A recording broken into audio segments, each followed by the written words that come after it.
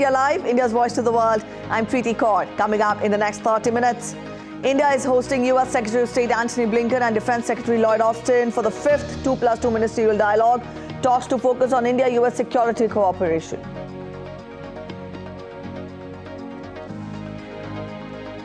US says Israel agrees to a 4-hour daily humanitarian pause in northern Gaza to allow civilians to flee.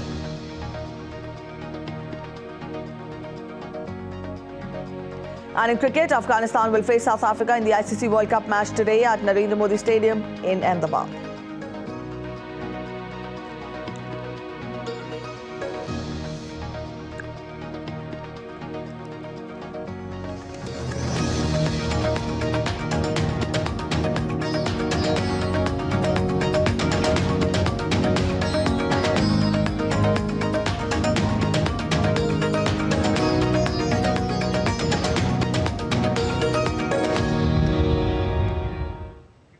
New Delhi is hosting the 5th edition of India-US 2+2 Ministerial Dialogue today. The focus will be on deepening security cooperation between the two countries and exchanging views about shared priorities for augmenting cooperation in multilateral platforms. US Secretary of State Antony Blinken, US Secretary of Defense Lloyd Austin, India's Foreign Minister Dr. S. Jaishankar and Defense Minister Rajnath Singh are taking part in the dialogue. This year, the 2+2 dialogue will facilitate a high-level review of progress across various facets of defense and security collaboration, technology value chain partnerships, and people-to-people connections. Previous rounds of dialogue held so far reaffirm India and US comprehensive global strategic partnership.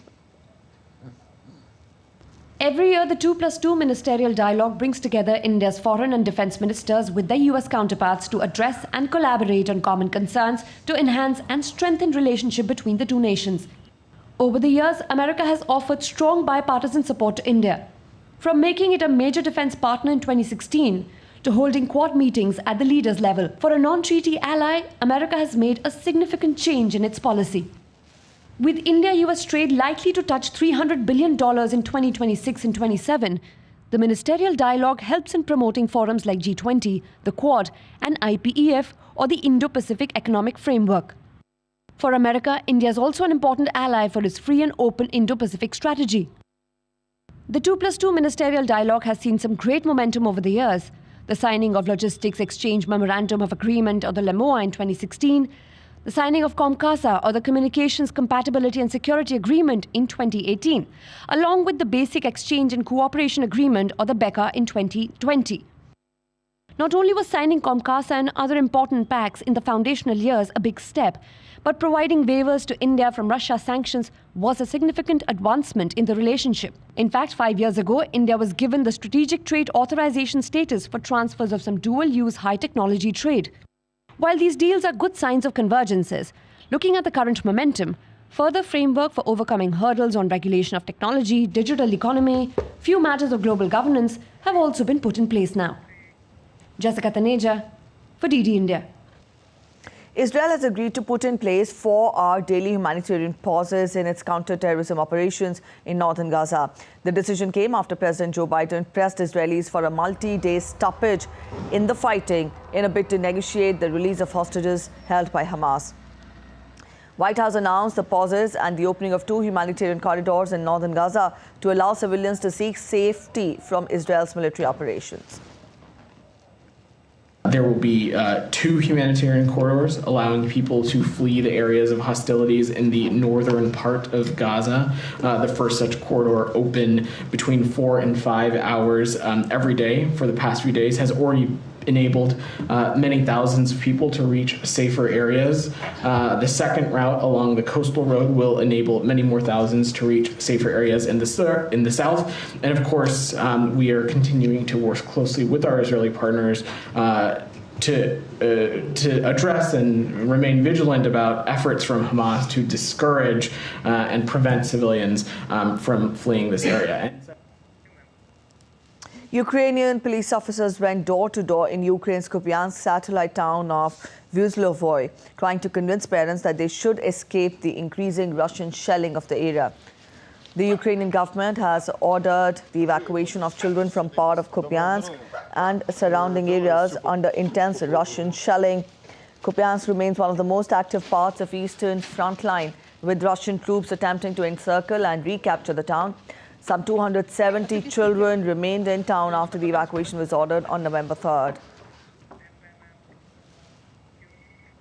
While US President Joe Biden took to his social media account and said that humanitarian pauses in Gaza aim to get up to 158 trucks daily to increase the flow of food, water and medicine into the region. In a series of posts on X, formerly Twitter, Biden said that the US is focused on increasing humanitarian supplies and assistance. He further said that Israel makes its own decisions and that they must distinguish between terrorists and civilians.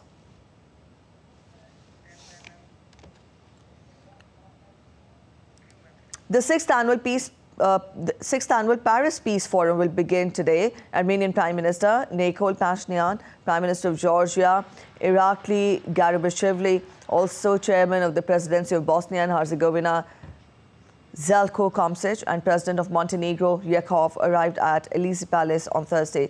French President Emmanuel Macron welcomed the leaders and held bilateral talks with several state leaders. The sixth edition of the Peace Forum will focus on peace-building efforts and support for fragile countries in context of a multi-crisis.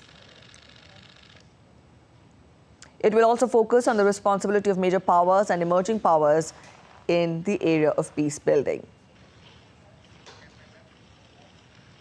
Palestinian Prime Minister Mohammed Shtayyeh and other heads of states and politicians arrived at the presidential palace in Paris for dinner with President Macron on the eve of the Peace Forum. Discussions will focus on challenges faced by the world, from migration crisis, climate change and the humanitarian crisis in Gaza. Over 50 nations are attending the forum, including several European countries, the United States, regional powers such as Jordan, Egypt and the Gulf countries. Portugal's President Marcelo Rebelo de Sousa has dissolved parliament and called snap elections. The announcement comes after Socialist Prime Minister Antonio Costa offered his resignation following the arrest of the chief of his staff as part of an anti-corruption investigation that includes allegations of malfeasance and also influence peddling. Speaking after meeting his consultative body, the Council of State, Rebelo said the government will remain in function for now, but the election was needed to provide clarity and direction to overcome an unexpected void that surprised and disturbed the Portuguese. A boat carrying 81 migrants arrived on the Spanish Canary island of El Hierro, including one person who had died and others in need of medical assistance. At least 5 migrants received assistance in a temporary hospital set up by the Red Cross at the port of La Restinga. Around 32,000 migrants have reached the Canary Islands from West Africa on fragile boats this year, higher than the previous records set in 2006. In Spain, protesters gathered outside the Socialists' headquarters in Madrid on Thursday. The protests are happening for the 4th night in a row after Prime Minister Pedro Sánchez secured the backing of Catalan separatist party Junts to form a government. A law granting amnesty to those prosecuted over Catalonia's attempt to secede from Spain was included in the deal. Sanchez's conservative opponents have accused him of putting the rule of law in Spain on the line for his own political gain.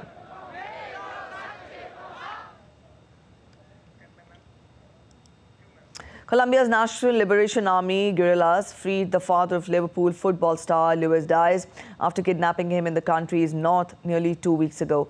Diaz and his wife, Silenes Marilanda, were taken hostage by armed men in the country's north nearly 2 weeks ago. Marilanda was freed within hours. The kidnapping of Luis Manuel Diaz has disrupted the government's peace talks with the ELN, which restarted last year in hopes of ending the group's part in Colombia's 60-year conflict. The two sides began a 6-month ceasefire in August. Battersea Power Station in London celebrated the inauguration of its famed seasonal ice rink with an evening for invited guests. The Glide Ice Rink is made up of 3 interconnected rinks and features a big Christmas tree as its centerpiece. Copenhagen held a torch march against anti-Semitism on November 9th, marking the 85th anniversary of the Nazis' Kristallnacht program of the Jews. The event involved Danish Prime Minister Mette Frederiksen, Parliament members and Jewish community members carrying torches from the synagogue to Parliament. Prince Harry and Meghan Markle attended the grand opening of a Navy SEALs cargo facility in San Diego, California. They toured the Warrior Fitness Program West Coast facility and met with service members. Prince Harry, who served in the armed forces, has been an advocate for injured service members and created the Invictus Games in 2014. Surgeons at Northwestern Medicine in Chicago successfully saved the life of a 34-year-old David Boyd, who had infected lungs after years of vaping and flu. They removed the infected lungs, created an artificial lung, and placed DD breast implants to keep his heart in place. Boyd is now recovering optimally in Chicago.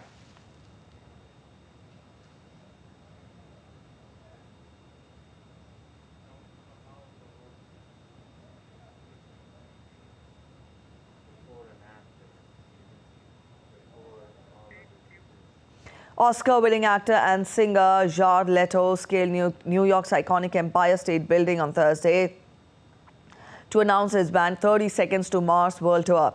30 Seconds to Mars Massive Seasons 2024 World Tour is the band's first headline tour in 5 years. It kicks off in Buenos Aires on March 15th next year.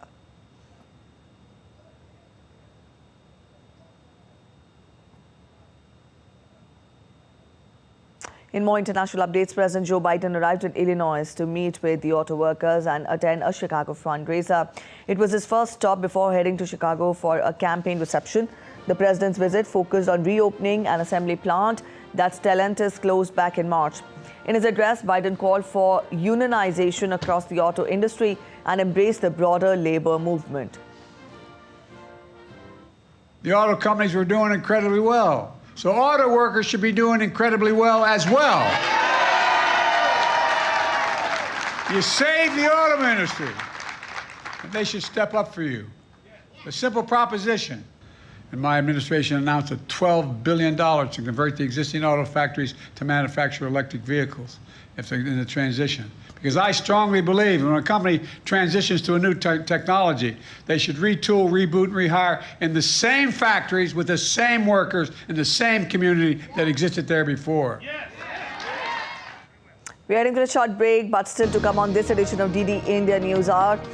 Stay with us to know the star attractions at Diwali Bazar, organized by the Blind Relief Association in Delhi. After a 4-match slump, New Zealand mark a thumping victory against Sri Lanka by 5 wickets at the M. Chinnaswamy Stadium.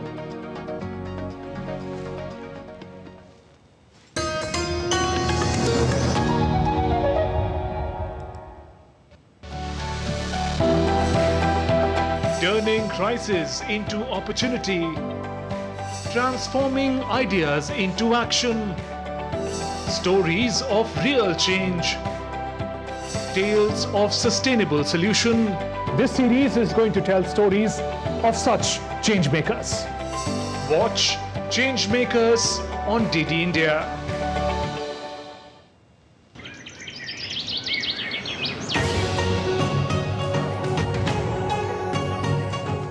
Welcome to a happy place.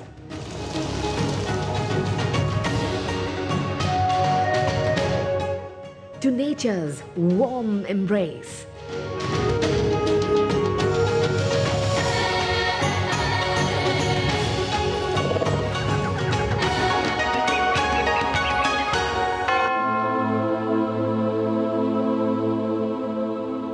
Witness the power of faith, fruits of hard work, and protectors of Mother Earth. Unique in every way.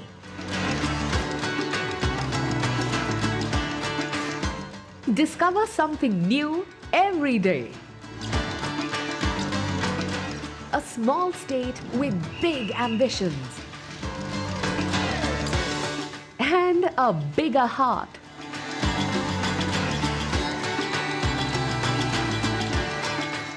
Mizoram welcomes to love, laughter, and celebrations.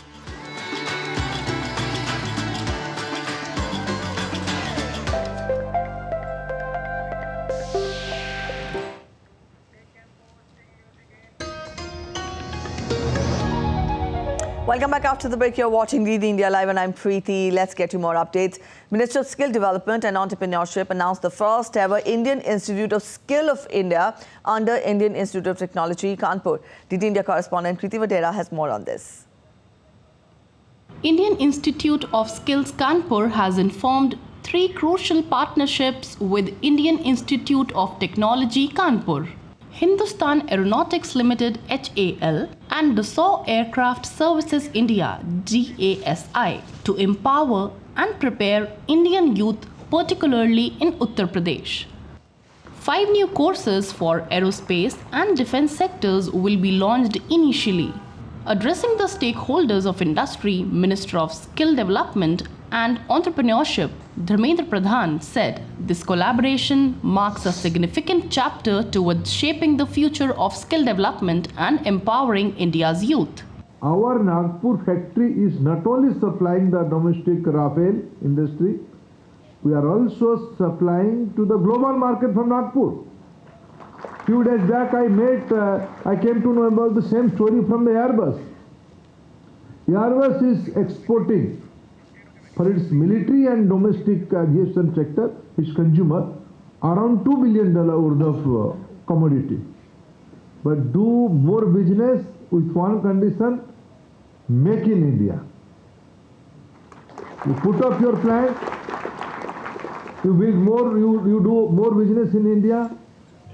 These collaborations aim to provide quality training and access to new age courses in aviation and defense, thereby meeting the skilled workforce needs of Uttar Pradesh, especially in the UP Defense Industrial Corridor. This new Center of Excellence will be part of the National Deployment Plan for the Pan-India Training and Education Initiative, elaborated through the Dassault Skill Academy program. This plan objective is to fulfill the Indian aerospace industry requirements, enabling to help position India as a world reference in terms of competencies in aeronautics, in accordance with the Prasar Bharati. The partnerships represent a unique collaboration between education, skilling, and leading industries, aligning with the National Education Policy 2020 and the vision of Prime Minister Narendra Modi to enhance training standards and build world-class skill training centers in India. Kriti Vadera for DD India. India's Defence Ministry, along with PCTI and USI, which is India's oldest think tank, organized a military heritage tour for cadets and wives of martyrs to the Indian state of Punjab. One of the major sites was Gurdwara or Sikh temple at Firozpur, built in the memory of the 21 Sikh soldiers of the British Indian Army who bravely fought over 10,000 Afghan tribals in the Battle of Saragadi in 1897.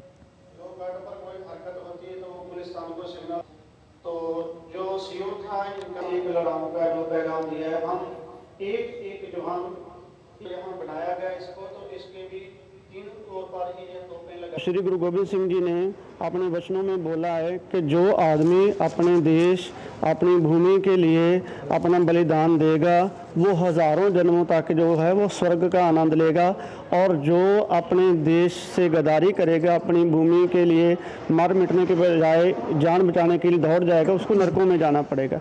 तो ये जो बातें हैं ये हमें प्रेरणा देती हैं। The group also visited the memorial of Indian freedom fighters Bhagat Singh, Rajguru and Sukhdev at Hussainiwala. They were enthralled by the beating of retreat ceremony at Hussainiwala checkpost on the border with Pakistan.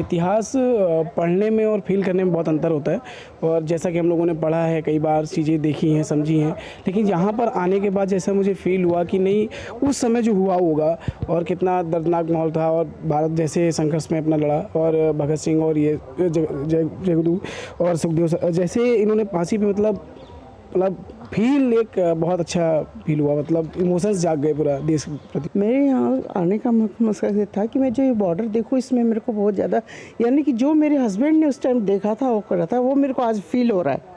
आप क्योंकि एक वीर नारी हैं, उन्होंने अपनी जीवन की आहुति दे दी, सैक्रिफाइस कर दिया। बिल्कुल बिल्कुल। तो यहाँ पे आपको वो सारे भाव मन में आ रहे हैं मैम, अभी भी मेरी आंखें नम हो रही है। Diwali, the festival of lights, is celebrated all across India. The Tea tribe community of Assam celebrates the festival in a unique way by performing the Jahali dance. DD India brings you an exclusive sneak peek into the Diwali celebrations by the Tea tribe community of Assam. Take a look. Jahali dance is an unique dance of Tea tribe community of Assam, which is performed during Diwali. This dance form is performed during the first new moon of Kartik month. The dance form is a type of Bihu dance form called Husori, where the male artists perform by singing and dancing with the rhythmic tal of madol and cymbals.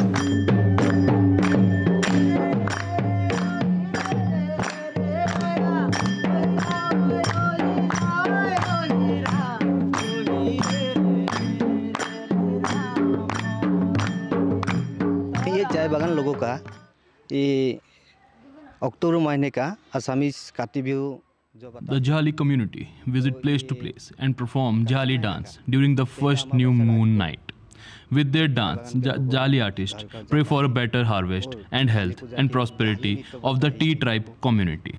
सबके घर में जाके ये नृत्य करता है और घर गृहस्थ ने जो दान बरंगने देता है। The Jahali artists visit all the houses of the village singing and dancing. They pray for a better harvest and health and prosperity of the Tea tribe community. The villagers welcome them with the new harvest and seek their blessings for peace and prosperity.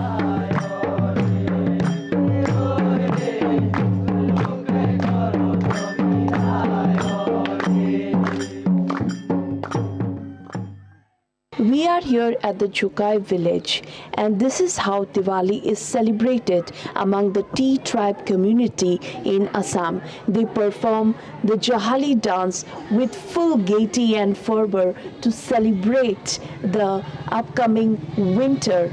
And this dance is performed where the village boys go from house to house celebrating the dance, and they give blessings to the villagers. With camera person Shantanu, Subina Roy, TT India.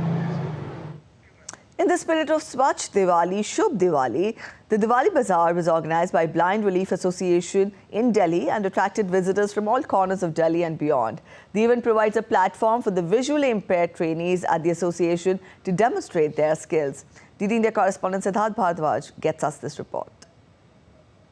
We're in India's capital, Delhi, and it's festive season here. It's Diwali. It's the festival of lights, joy, and happiness. Stay with us as we bring you more. These adept fingers have been molding wax into Diwali candles.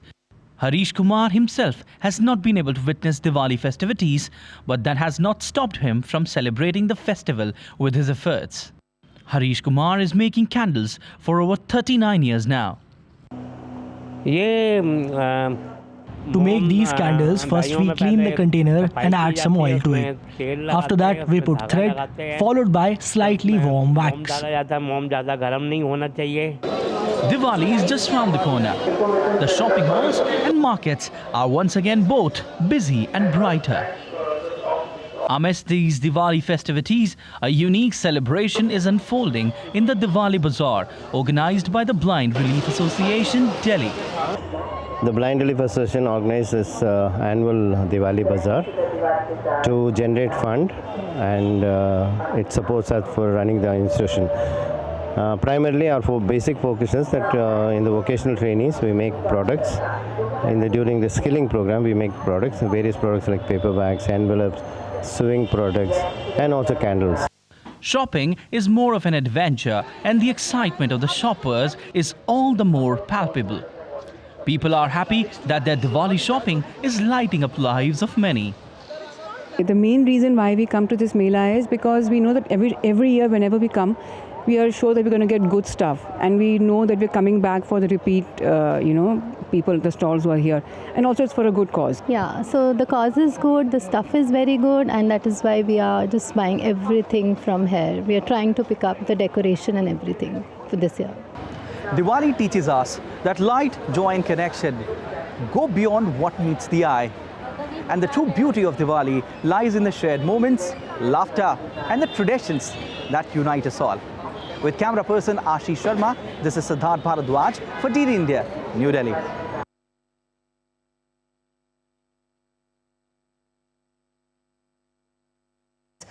Today is Dhanteras, which is the first day of the Diwali festival.